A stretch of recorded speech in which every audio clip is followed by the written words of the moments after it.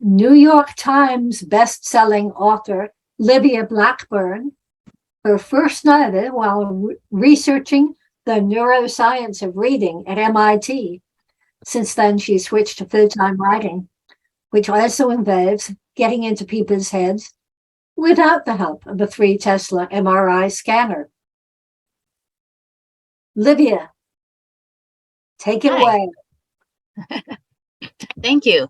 So today I'm reading from Feather and Flame. So it is I wrote it with Disney, and it is a sequel to the animated feature Mulan, the beloved cartoon. So in Feather and Flame, it takes place after the movie, and Mulan has become Empress of China, and it's very difficult for her. You know, there's people who don't want her there. You know, she's out of her element. And in addition, she and Shang, they had confessed their feelings for each other, but now that she's Empress, they can't be together because an Empress, she has responsibilities elsewhere when it comes to marriage. And so this scene that I'm reading is when Mulan, she sneaks out of her room at night and goes to practice some archery to clear her head a little bit. And then as she's practicing, she runs into Shang. "I think you had the right idea," he said. "Nothing like some hard training to get your mind off your troubles." Mulan jumped when he snatched the bow out of her hand. "But archery isn't going to work. You need to sweat." "What exactly do you mean?" He walked to the edge of the field. When he came back, he held 2 dull practice swords and bulky padded armor. "Come on," he said, handing a set to her. "This is how you clear your mind. You've been spending too much time sitting on a throne and not enough time doing real work." If he meant to get her blood racing with that challenge, he succeeded. She pulled the armor over her head and hefted the sword. Shang raised his weapon. "Ready?" And just like that, she was back on the battlefield, her world narrowed down to the edge of his blade. Mulan attacked first. With her first lunge, she knew that Shang was right. She had been spending too much time on the throne, and her body was eager to move and fight. Shang brought his sword up to parry, and Mulan countered with another blow before he could recover. Keep driving. Keep him guessing. She sensed him recovering after his initial surprise and felt his energy rise to match hers. His parries became faster and faster until finally a counterstrike knocked her off balance. The force of the impact rang down her arms, and she ducked out of the way. They circled each other, gulping down the frigid air. Why don't we do this more often?" Mulan asked. Her arms and lungs stung, but she was awash in exhilaration. Shang's voice had a bitter twist to it. "You know why." Mulan wished he hadn't said that.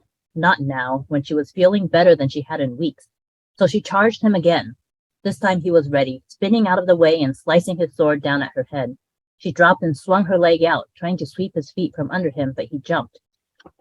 Mulan whirled out of range, though not before the tip of his sword caught her sleeve. If it had been a real sword instead of a dull practice one, it would have sliced the cloth off and perhaps her hand with it. Her sword clattered to the ground. "You're slow, Empress," he said. She backed up, keeping an eye on his weapon. "I'm out of practice, and I'm living with the weight of the Empire on my shoulders." "Nonsense," he roared, and Mulan was transported back to their training days. "That's the type of thinking that'll get you killed. You're the Empress. You have the strength of 1,000,000 men behind you."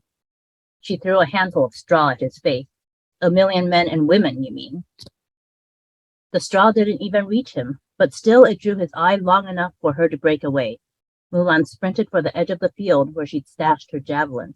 A quick check to make sure their tips were still wrapped, and then she threw one at Shang. It went wide. She grabbed the remaining javelin and charged. Now she was really improvising. The javelin wasn't meant to be used in hand-in-hand combat. It was lighter than the spears she trained with, and the balance was off. But it gave her the advantage of reach, and she was determined not to give Shang an easy win. Mulan pressed her attack, trying to snake the spear past his guard as he parried and dodged. Every time he tried to move him past her spear point, she whirled the shaft around to drive him off. At one point, she caught him so hard in the ribs that his breath whooshed out, but he didn't even slow. Heavens, she'd forgotten how near indestructible he was. Mulan overreached with one attack and fell forward, her spear embedding itself diagonally into the ground. Shang raised his sword and brought it down hard on the spear handle. The wood splintered with a crack. As he lifted his sword for another blow, Mulan grabbed what was left of her spear with both hands and threw it over her head in a desperate block. A second crack rang through the darkness, the vibrations numbing her palms. She tried to spin away, but her spear wouldn't budge. The edge of his blade had cut into the wood. They stared at each other across their weapons, both struggling to catch their breath. Mulan's blood ran hot from battle, even as the wind sent chills across her skin. The two of them were standing so close that the warmth of Shang's breath brushed her face. If they lowered their weapons and took a half step forward, they would touch.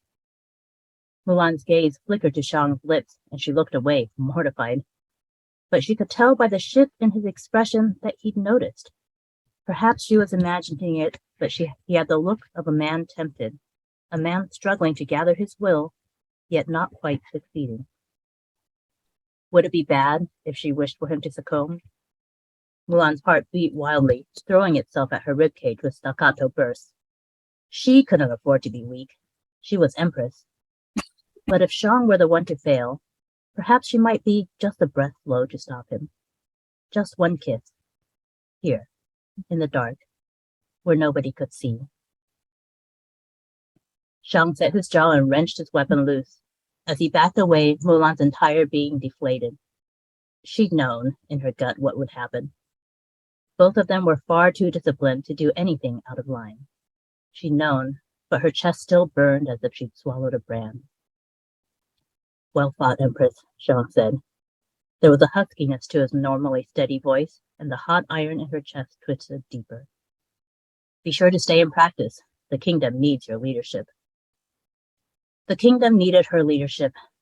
That was the awful truth of it. Here they were, the two most powerful people in the Middle Kingdom, and yet they had no control over how their lives should proceed. So that's the excerpt. And I am not doing a giveaway, but anybody who signs up for my newsletter this week will get 2 free short stories, one standalone and another that is a prequel to another series of mine. Thank you.